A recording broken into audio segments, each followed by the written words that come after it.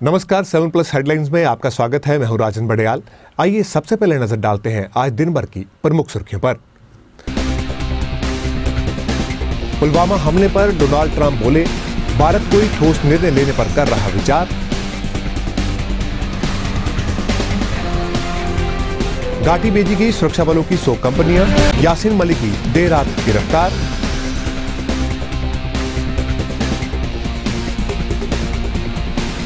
(35A) पर सुनवाई से पहले कश्मीर में अलगाववादियों की धरपकड़, 24 नेता हिरासत में। मेंढर में सांप्रदायिक सौहार्द बिगाड़ने का प्रयास, हिंदू समुदाय की 3 दुकानें तथा 3 वाहन जलाए गए। LOC पर बढ़ते तनाव से लोग चिंतित, प्रशासनिक टीमों ने सुरक्षा का दिया आश्वासन। तथा NIA को मिले अहम सबूत, आतंकी आदिल के परिवार का लेगी DNA सैंपल।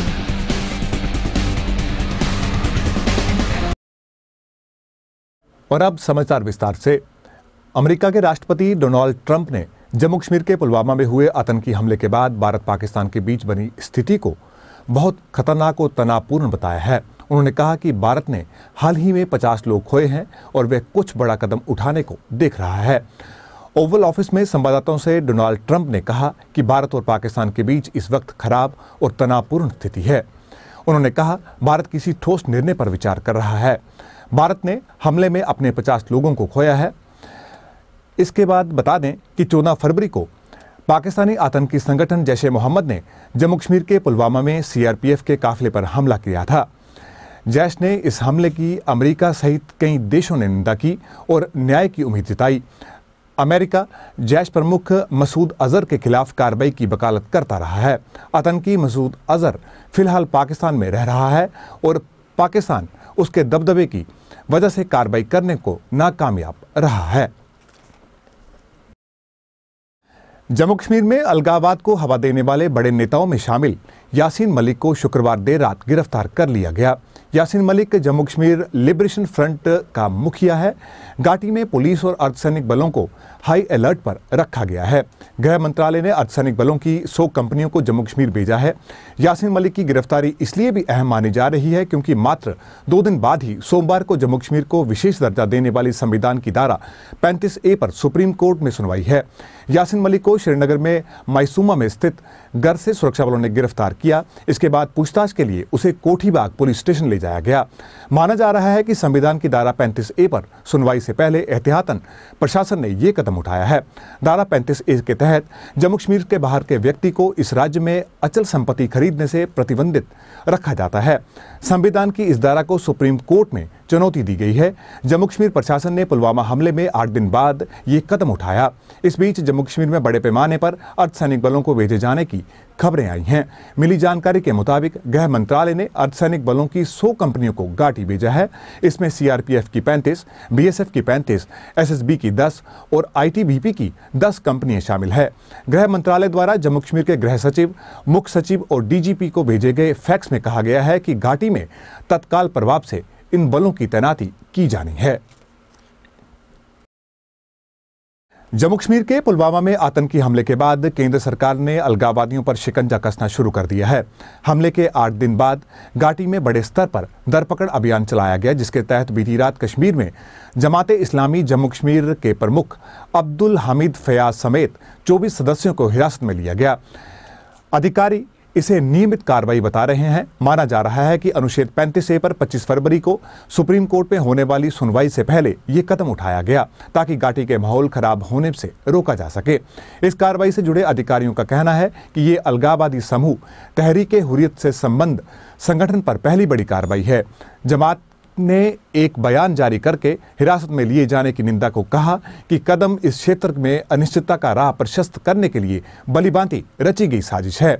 संगठन की ओर से दावा किया गया है कि 22 और 23 फरवरी की दरमियानी रात में पुलिस और अन्य एजेंसियों ने एक व्यापक गिरफ्तारी अभियान चलाया और घाटी में कई घरों पर छापेमारी की गई।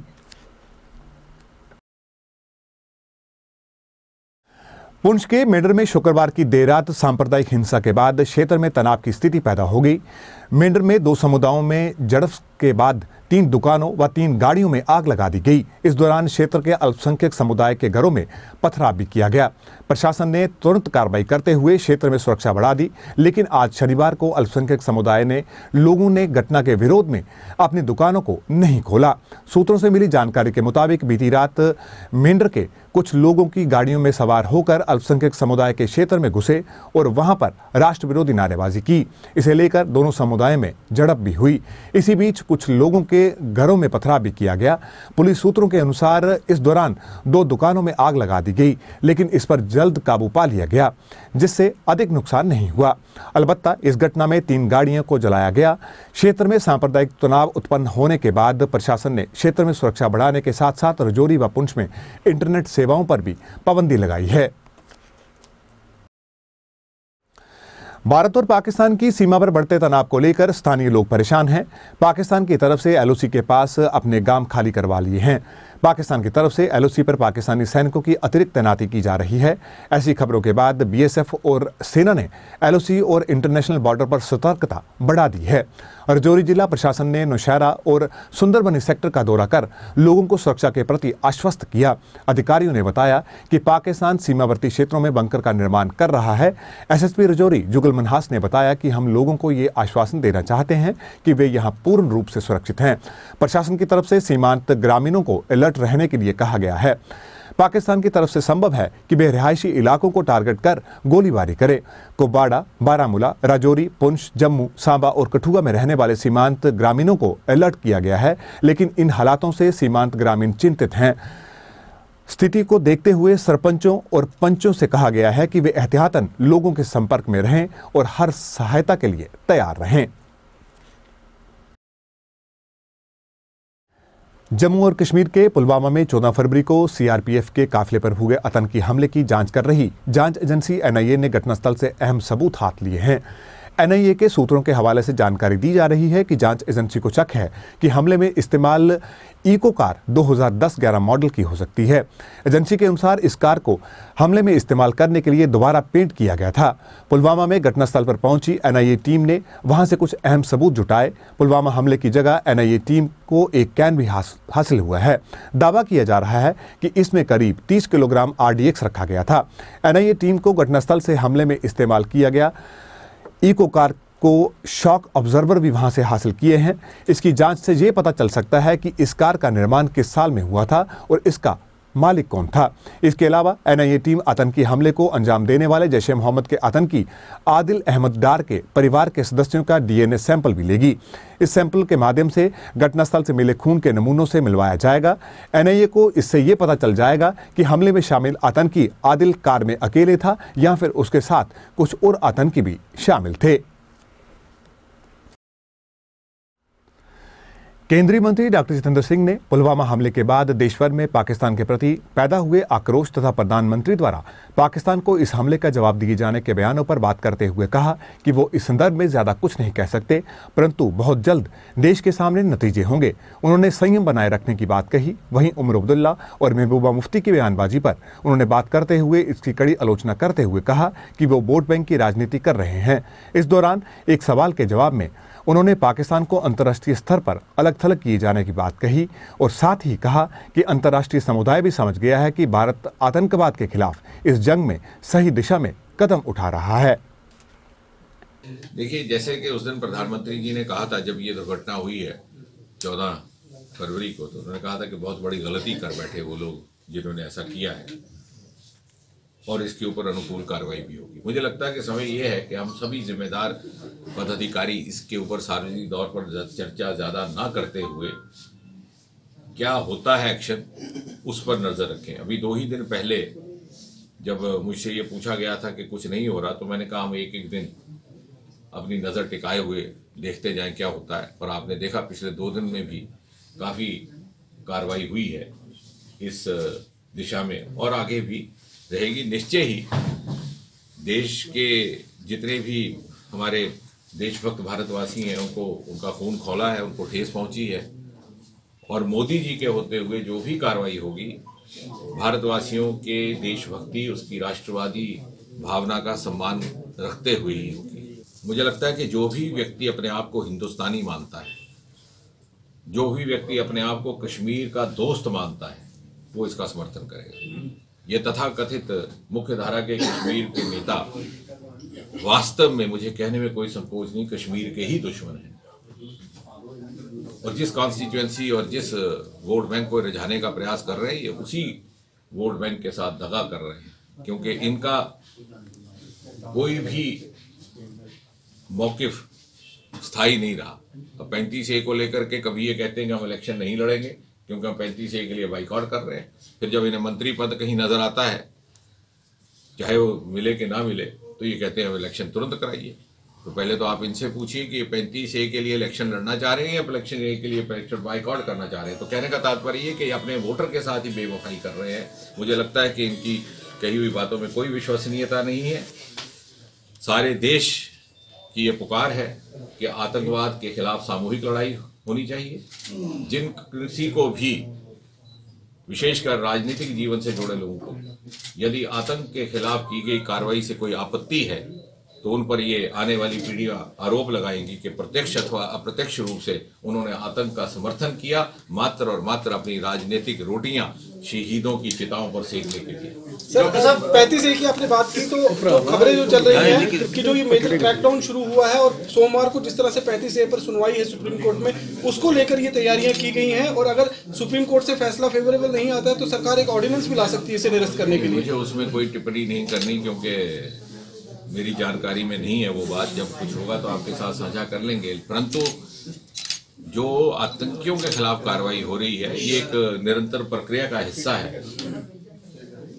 ऐसा नहीं है कि किसी कारण विशेष को रख करके नजर में की गई है। जिस प्रकार से काफी समय से एक मुहिम जारी थी और उस मुहिम ने एक तीव्रता पकड़ी है पुलवामा के हमले के बाद, उसी का एक हिस्सा है। सर पुलवामा हमले के बाद जो देखिए, अधिकतर पाकिस्तान अलग थलग हुआ है और मोदी जी की व्यक्तिगत आउटरीच, फॉरेन आउटरीच जिसे आप कह सकते हैं, उसका एक बहुत सुखद परिणाम ये रहा कि विश्व के वो देश जो पहले शायद भारत के दृष्टिकोण से पूरी तरह सहमत नहीं थे, आज वो भी भारत के दृष्टिकोण से सहमत है, उसकी प्रशंसा कर रहे हैं। और कहीं ना कहीं उनको भी ये लग रहा है कि भारत की ओर से आतंक के खिलाफ उठाई गई आवाज और उठाई गई कार्रवाई, यदि उनको समर्थन उनकी ओर से नहीं मिलता तो कहीं ना कहीं ये आतंक उन पर भी हावी हो सकता है। जैश-ए मोहम्मद ने अन्य राज्यों में अपनी सतर्कता बढ़ाना शुरू कर दी है। उत्तर प्रदेश के देवबंद में पकड़े गए आतंकी इसी मॉड्यूल का हिस्सा बताए जाते हैं। संगठन की ओर से अन्य राज्यों के युवाओं को जान से मिलाकर जिहादी मानसिकता बनने की साजिश के तहत कई युवाओं को कश्मीर के बाहर पढ़ने के लिए भेजे जाने की बात सामने आई है। खुफिया एजेंसी से जुड़े सूत्रों ने बताया कि घाटी के टेम्परामेंट में धीरे धीरे काफी बदलाव आया है तथा युवा पत्थरबाजी तथा आतंकी गतिविधियों में कम रुचि लेने लगे हैं। इसका एक बड़ा कारण पिछले एक साल में आतंकी संगठनों को हुए भारी नुकसान की वजह बताया जा रहा है। साथ ही उन्हें अब लगने लगा है कि इस रास्ते से उन्हें कुछ हासिल होने वाला नहीं है। आईजी कश्मीर एसपी पानी का कहना है कि युवाओं में आतंक से जुड़ने में कमी आई है। केंद्रीय मंत्री डॉक्टर जितेंद्र सिंह ने केंद्र सरकार के पाकिस्तान और भारत के हिस्से का पानी नहीं दिए जाने के फैसले के विषय में आज बात करते हुए कहा कि ये भारत के हिस्से का पानी है जिसे अब परियोजनाओं में इस्तेमाल किया जाएगा। रावी नदी पर शाहपुर कंडी परियोजना को 3 साल में पूर्ण किया जाएगा। इस परियोजना से जम्मू कश्मीर और पंजाब के 37,000 हेक्टेयर जमीन की सिंचाई और 206 मेगावाट बिजली उत्पन्न की जाएगी। वहीं उज परियोजना से भी पाकिस्तान जाने वाले पानी का इस्तेमाल भारत के लिए किया जाएगा, जिनमें चनाब, रावी और झेलम थे। चनाब, सिंध और झेलम, और भारत के हिस्से में रावी, सतलुज, ब्यास और सबसे बड़ा दरिया रावी का। परंतु इस डैम के ना होने के कारण 40 बरस तक पाकिस्तान को तो उसके हिस्से का पानी जाता ही रहा, भारत के हिस्से का पानी भी पाकिस्तान में ही बहता रहा। और तत्कालीन जितनी भी सरकारें रहीं, उनके जितने नेता रहे, 55 बरस तक तो कांग्रेस की सरकारें रहीं, थोड़ी सी उत्तेजना पर भी वो लोगों को ठगने के लिए उठ करके कह देते कि पाकिस्तान का पानी रोक दीजिए, जबकि शायद उन्हें इस बात का स्वयं भी ध्यान नहीं था या जानकारी नहीं थी कि भारत के हिस्से का भी पानी पाकिस्तान जा रहा है। इसमें प्रधानमंत्री श्री नरेंद्र मोदी जी के व्यक्तिगत हस्तक्षेप से ये संभव हुआ जब हमने उनके संज्ञान में ये बात लाई। उनका विशेषकर आभार है। गडकरी जी ने इसका सहयोग दिया और मैं राज्यपाल महोदय श्री सत्यपाल मलिक जी का भी धन्यवाद करना चाहता हूं, क्योंकि जब ये पुनः ड्राफ्टिंग की गई तो लगभग 2 बरस तक, चूंकि ये एक सामूहिक प्रोजेक्ट था जिसकी फंडिंग केंद्र की ओर से होनी है और इसे राष्ट्रीय प्रोजेक्ट मान लिया गया है, पंजाब की ओर से सहमति और हस्ताक्षर मिल गए थे, लेकिन यहाँ पर तत्कालीन मुख्यमंत्री उनको किसी प्रकार की कोई आपत्ति थी और इस प्रकार ये विलंब होता गया। जैसे ही सत्यपाल मलिक ने राज्यपाल के रूप में यहाँ का राज्यपाल शासन का पदभार संभाला, उनके आगे ये बात रखी तो उन्होंने स्वयं मुझे टेलीफोन करके कहा कि डॉक्टर साहब कितने सालों से आप कह रहे थे ये ठंडे बस्ते में था? तो मैंने कहा ये 40 साल से। तो बोले अपने अंदाज में कहने लगे कि मेरे अधिकारियों से पूछना, मैंने 40 वर्ष का काम आपका 4 मिनट में कर दिया। तो इसलिए उनका भी धन्यवाद है। इसके अतिरिक्त तो उज मल्टीपर्पज का प्रोजेक्ट, जिसका कल ही निर्णय हुआ और घोषणा कर दी गई, बार बार ये प्रश्न आता था कि क्यों नहीं प्रारंभ हो रहा है। मुझे लगता है ये प्रश्न उन सरकारों से किया जाना चाहिए जिन्होंने इसको 20-25 वर्ष से लंबे समय तक ठंडे बस्ते में रखा, दोनों ही प्रोजेक्ट्स को लेकर के, क्योंकि तत्कालीन सरकारों की प्राथमिकता में जम्मू का क्षेत्र, कठुआ का क्षेत्र कभी था ही नहीं। कश्मीर प्राथमिक नीतियों के कारण उन्हें लगता था कि इस क्षेत्र का अगर यहीं कहीं भला होगा तो उससे उनकी कश्मीर की कॉन्स्टिट्यूएंसी कहीं ना कहीं उनसे खफा ना हो, और इसलिए इसका जानबूझ करके मुझे ये संकोच नहीं आरोप लगाने में कि इन दोनों प्रोजेक्ट्स को डिले किया गया। और फिर उज मल्टीपर्पज का जिस प्रकार से प्लान अथवा योजना बनाई गई, उसके अंतर्गत केवल 1/3 पानी कठुआ जिले में खपत के काम आना था, जबकि 2/3 पानी यानी उससे दुगना पाकिस्तान के लिए चले जाना था। मानो कांग्रेस सरकारों ने ये प्रोजेक्ट की प्लानिंग इस प्रकार से की थी कि ये डैम भारत के लिए नहीं पाकिस्तान के लिए बनाया जा रहा था। जब हमने पुनः इसे रिवाइव किया, इसका अध्ययन किया, तो हमारे ध्यान में ये बात आई। गडकरी जी के नेतृत्व में एक उच्च स्तरीय बैठक बुलाई गई, राज्यपाल महोदय सत्यपाल मलिक भी उसमें अध्यक्षता करने पहुंचे, हम सब भी उसमें उपस्थित थे। और अब साथ ही साथ एक नहर की योजना बनाई जाएगी, कैनाल सिस्टम, ताकि जिस पानी की खपत कठुआ के लिए काम में ना आए वो पानी पाकिस्तान ना जाकर के भारत के ही पड़ोस के प्रदेशों में, पंजाब में, हरियाणा में, राजस्थान में काम आ सके। और इन दोनों प्रोजेक्ट्स की एक टाइम लाइन भी निर्धारित कर ली गई है। शाहपुर कंडी 3 वर्ष में तैयार हो जाएगा, उसका निर्माण कार्य प्रारंभ हो चुका है, आप जाकर के देख सकते हैं। बसोली के रास्ते में जो पंजाब का हिस्सा आता है वहां पर ये निर्माणाधीन है। उज्ज का प्रोजेक्ट का निर्माण कार्य कैनाल सिस्टम के साथ साथ ही आरंभ होगा। हमारी प्रयास तो ये है कि मॉडल कोड ऑफ कंडक्ट से पहले ही उसका प्रारंभ हो जाए। और इन दोनों प्रोजेक्ट्स के चालू हो जाने के बाद जो सीमावर्ती जिले हैं दोनों प्रदेशों के, पंजाब का गुरदासपुर का मुख्य तौर पर और जम्मू कश्मीर का कठुआ, सिंचाई की दृष्टि से, बिजली की दृष्टि से वो केवल पर्याप्त ही नहीं हो जाएंगे, सरप्लस हो जाएंगे, पावर सरप्लस, इरिगेशन सरप्लस। और मुझे लगता है कंडी का नाम बदल करके कुछ और रखना पड़ेगा। प्रदेश यूथ कांग्रेस के सदस्यों ने पुलवामा हमले को लेकर जम्मू में पाकिस्तान सरकार के खिलाफ प्रदर्शन किया और इसके प्रति अपना रोष जताते हुए आतंकी हमले के लिए पाकिस्तान को जिम्मेदार ठहराते हुए केंद्र सरकार से मांग की कि पाकिस्तान सरकार के खिलाफ सख्त कार्रवाई की जाए। भारत माता के लाल जो सोल्जर्स भारत माता के शहीद हुए हैं, उनकी कुर्बानी को शत नमन करती है यूथ कांग्रेस, और साथ में प्रार्थना करती है ऊपर वाले से कि उनके परिवार को शक्ति दे और धैर्य रखने की शक्ति दे, वो इस मुश्किल समय से निकल जाएं।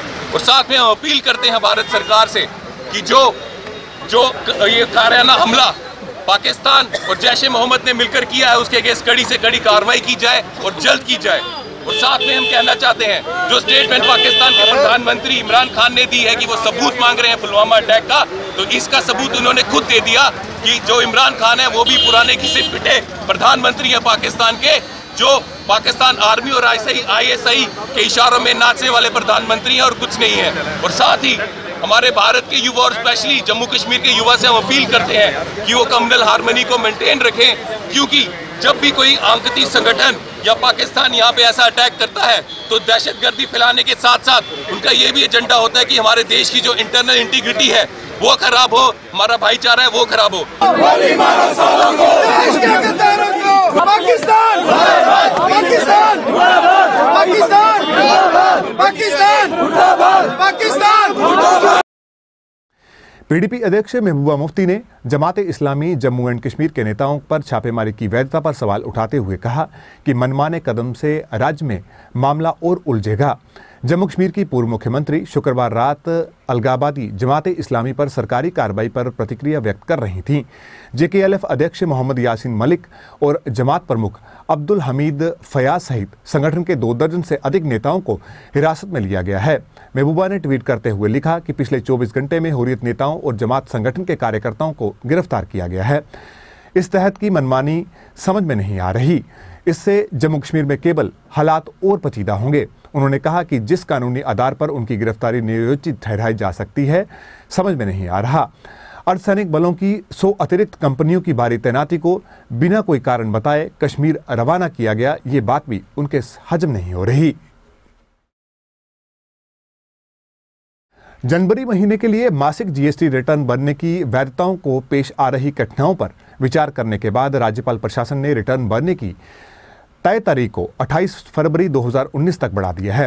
राज्यपाल के सलाहकार के शर्मा के अनुसार ये मामला 20 फरवरी को हुई 33वीं goods and service tax council की बैठक के दौरान लिया गया।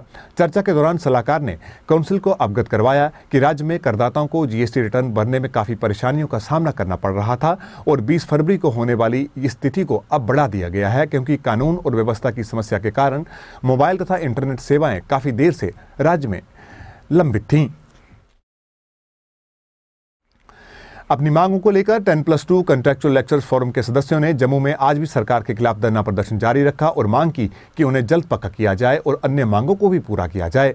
उनका कहना था कि उन्हें धरने पर बैठे आज 740 दिन हो गए हैं, लेकिन आज तक उन्हें सरकार की तरफ से सिर्फ आश्वासन ही हाथ लगे हैं और उनकी मांगों को पूरा नहीं किया गया।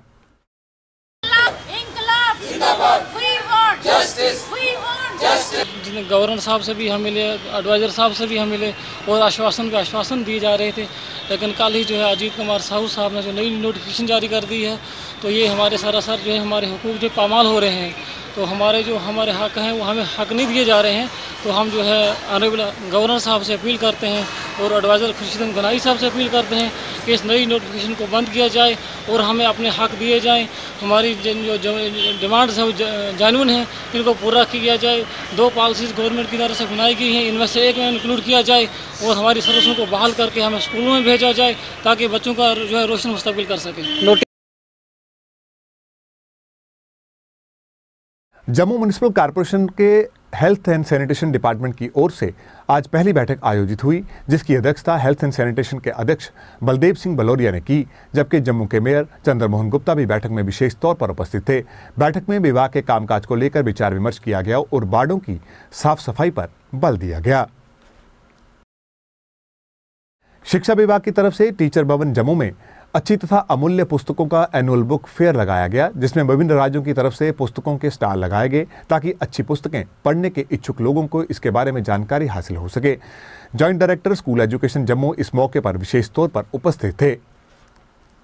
स्टेट इंस्टीट्यूट ऑफ एजुकेशन 2 दिन का annual book fair in collaboration with directorate of school education Jammu की तरफ से हम 2 दिन का बुक फेयर यहाँ टीचर भवन में ऑर्गेनाइज कर रहे हैं।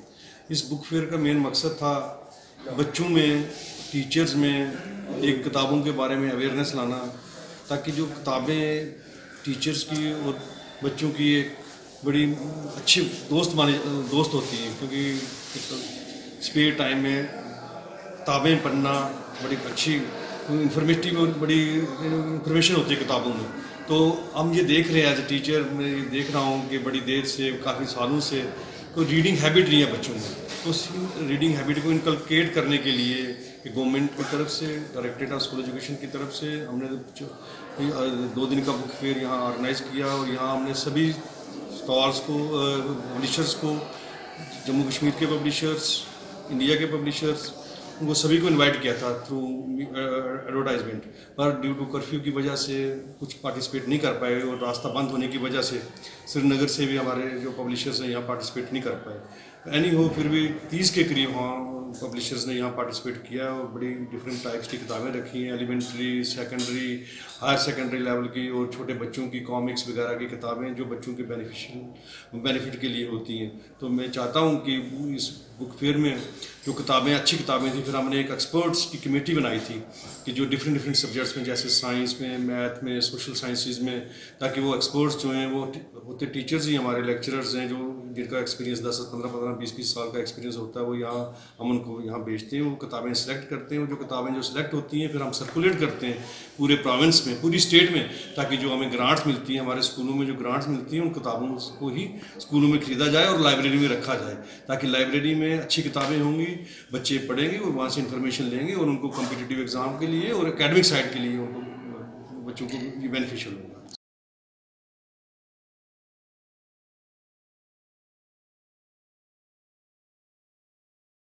बीजेपी के राष्ट्रीय अध्यक्ष अमित शाह की कल 24 फरवरी को जम्मू रैली को लेकर बीजेपी के मंडल प्रधान विजय शर्मा ने आज जम्मू में एक कार्यक्रम के दौरान पार्टी कार्यकर्ताओं, विशेषकर लोगों से अपील की कि वे अमित शाह की रैली में बढ़ चढ़कर शामिल हों और इसे कामयाब बनाएं। अमित शाह जी फोर्थ ब्रिज भगवती नगर के ग्राउंड में आ रहे हैं जम्मू में, तो मेरा सबसे अभिप्राय है, सबसे तात्पर्य मेरा ये है कहने का कि जितने भी हमारे पन्ना प्रमुख हैं, हमारे कार्यकर्ता हैं, नवरत्न हैं, सब के सब 10 बजे उस फोर्थ ब्रिज के साथ जो ग्राउंड है भगवती नगर, वहाँ पे पहुँच करके और फिर वहाँ पे एक कल वो क्या कहते हैं कि मन की बात का कार्यक्रम भी हम राष्ट्रीय अध्यक्ष जी के साथ वहाँ पे सुनेंगे। मेरी सभी से यही विनती है कि जल्दी से जल्दी कल सुबह उठ करके 10 बजे के करीब ग्राउंड में हम पहुँच जाएँ और वहाँ पे बैठ करके हम अपने कार्यक्रम की शोभा को बढ़ाएं। और सभी पन्ना प्रमुख जितने भी हैं, सबसे मेरी ये निवेदन प्रार्थना भी है कि अपने अपने गाड़ियों का नंबर व अपने अपने लोगों को, पन्ना प्रमुखों को साथ ला करके और फिर उसके बाद हमें उनको अपने घरों में भी छोड़ना है। जय हिंद, जय भारत।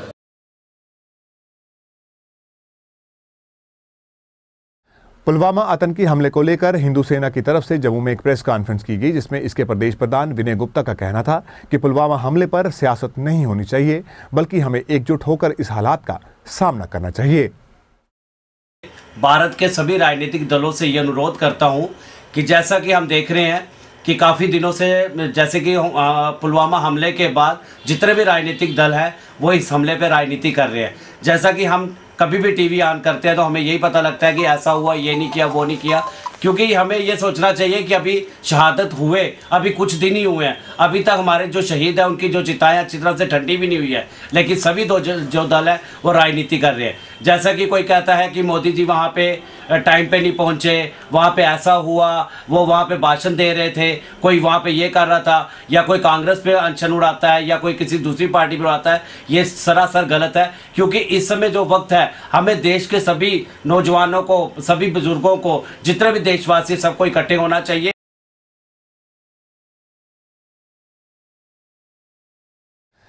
श्री राम सेना की तरफ से जम्मू में एक प्रेस कॉन्फ्रेंस की गई, जिसमें इसके प्रदेश प्रधान राजीव महाजन ने मेयर चंद्रमोहन गुप्ता से अपील की कि जम्मू में गैरकानूनी तौर पर चल रही तमाम मीट की दुकानों को बंद किया जाए और जिन इंस्पेक्टर की सरपरस्ती में ये दुकानें चल रही हैं उन सबको सस्पेंड किया जाए। बट हमें बड़े दुख के साथ ये कहना पड़ रहा है कि आज इस मंदिरों के शहर में मंदिर कम और मीट की दुकानें ज़्यादा खुल गई हैं। मैं आदरणीय मेयर साहब से ये प्रार्थना करना चाहता हूँ और उनसे ये अपील करना चाहूँगा कि जितनी भी जम्मू के अंदर इल्लीगल मीट की दुकानें, मांस की दुकानें खुली हुई हैं, उन सब की चेकिंग कराई जाए और जिस एरिया में ये खुली हैं उस एरिया के इंस्पेक्टर को सस्पेंड किया जाए इल्लीगल तरीके से खुलवाने की वजह से। क्योंकि हमें ज्ञान हुआ है कि वहाँ के एरिया के जो इंस्पेक्टर्स हैं वो लोग वहाँ पर हफ्ता खाते हैं उन मीट की दुकानों वालों से और इल्लीगल मीट की दुकानें खोलने में उनका साथ देते हैं। हम ये जम्मू के मेयर श्री चंद्रमोहन गुप्ता जी से ये अपील करते हैं कि हर एरिए की आपके जितने भी कॉरपोरेटर्स हैं उन सब कॉरपोरेटर्स को ये बोलिए कि अपने अपने एरिए में कितनी कितनी मीट की दुकानें खुली हुई हैं, कौन कौन सी लीगल और इलीगल खुली हुई हैं, वो आपको ब्यौरा दें सारे का सारा। और जिस जिस एरिया में इलीगल मीट की दुकानें खुली हुई हैं उस एरिया का जो म्यूनसिपैलिटी का इंस्पेक्टर है उसको सस्पेंड किया जाए, ताकि पता लग सके कि इन लोगों की वजह से जम्मू के अंदर, जिसको कि मंदिरों का शहर कहते हैं, वहाँ पर मीट की दुकानें ज़्यादा खुली हुई हैं। मुझे ऐसा लगता है कि आने वाले वक्त में जम्मू का नाम चेंज कर मंदिरों का शहर नाम चेंज कर मीट का शहर रखना पड़ेगा। के अंदर इंस्पेक्टर्स हैं, इनकी वजह की है क्योंकि ये लोग करप्शन खाते हैं।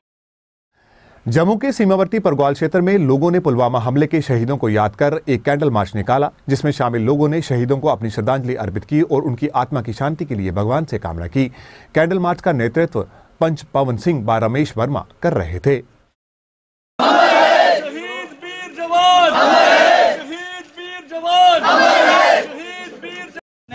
ਜਿਹੜੀ ਕਾਇਰਾਨਾ ਹਰਕਤ ਕੀਤੀ ਹੈ, ਸਾਡੇ CRPF ਦੇ ਕਮ ਸੇ ਕਮ 42 ਜਵਾਨ ਜਿਹੜੇ ਸ਼ਹੀਦ ਹੋਏ ਨੇ, ਅਸ ਉਹਦੀ ਪੁਰਜੋਰ ਮੁਜ਼ੰਮਤ ਕਰਨੇ ਆ। ਅੱਜ ਉਸੇ ਦੀ ਕਾਰਨ ਅਸੀਂ ਕੈਂਡਲ ਮਾਰਚ ਰੱਖੇ ਦਾ ਪੂਰੇ ਦੇਸ਼ ਵਿੱਚ ਇਹਦਾ ਵਿਰੋਧ ਵਾ ਕਰਦਾ ਹੈ। ਪਾਕਿਸਤਾਨ ਜਾਂ ਐਸੀਆਂ ਦੇਸ਼ ਵਿਰੋਧੀ ਤਾਕਤਾਂ ਸਾਡੇ ਫੌਜ ਦਾ, ਸਾਡੇ ਇੰਡੀਆ ਦਾ ਮਤਲਬ ਸਬਰ ਦਾ ਇਮਤਿਹਾਨ ਨਹੀਂ ਲੈਣ, ਕਿਉਂਕਿ ਉਹਨੂੰ ਟਾਈਮ ਆ ਚੁੱਕੇ ਦਾ ਹੈ कि ये देश के अंदर विरोधी जोड़े बैठे दे ने, खास करिए साड़ी स्टेट है J&K स्टेट 99% लोग अमन पसंद ने, लेकिन मुट्ठी भर लोग ने जोड़े सारी स्टेट का माहौल है खराब करा करते हैं। अस चाहते हैं कि इन्हें लोगों के खिलाफ सख्त को सख्त कार्रवाई हो जा और अपने जोड़ा पड़ोसी मुल्क है इसी भी एक सख्त संदेश दिता जा, ताकि आने वाले टाइम में ऐसी कोई गलत कार्रवाई नहीं कर सका है, क्योंकि लड़ने की सीधे लड़ने की हिम्मत नहीं है और ऐसी कायराना हरकतें करिए साढ़े जवानों की एक बुजदरी करना इनके मौत। और अब आइए समाचारों के अंत में नजर डालते हैं हेडलाइंस पर एक बार फिर। पुलवामा हमले पर डोनाल्ड ट्रंप बोले, भारत कोई ठोस निर्णय लेने पर कर रहा विचार। घाटी भेजी गई सुरक्षा बलों की 100 कंपनियां, यासीन मलिक की देर रात गिरफ्तार।